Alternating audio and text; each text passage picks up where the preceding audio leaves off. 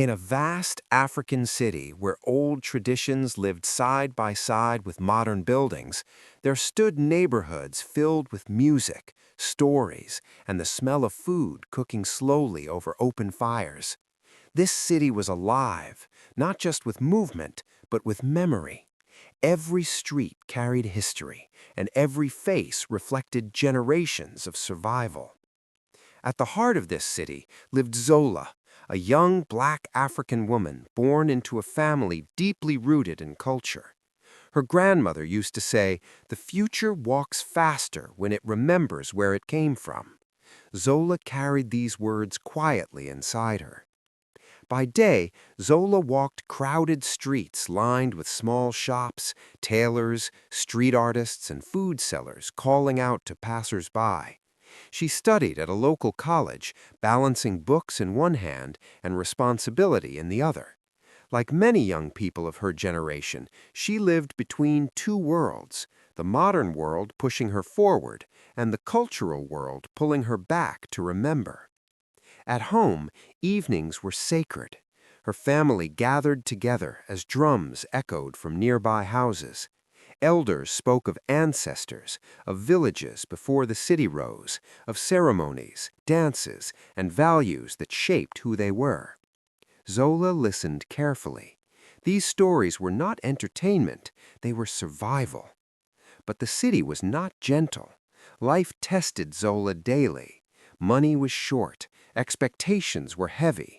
Society often whispered limits into the ears of young black African girls, telling them how far they could go, what they should become, and when to stop dreaming.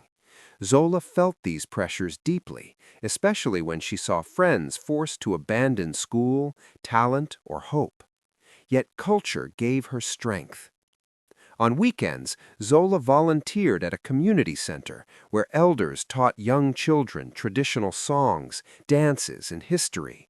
She watched the children's eyes light up as they learned who they were and where they came from. In those moments, Zola understood something powerful.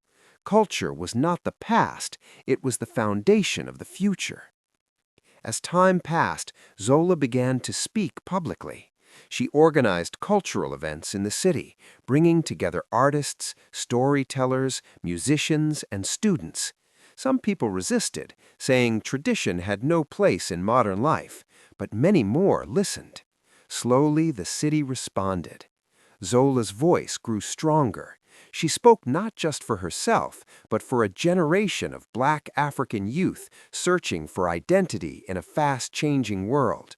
She showed that progress did not mean forgetting, and that culture could walk proudly into the future. Years later, standing on a rooftop as the sun painted the sky red and gold, Zola looked over the city. She could hear drums, laughter, traffic, and prayers blending into one rhythm. It was imperfect, it was struggling, but it was alive.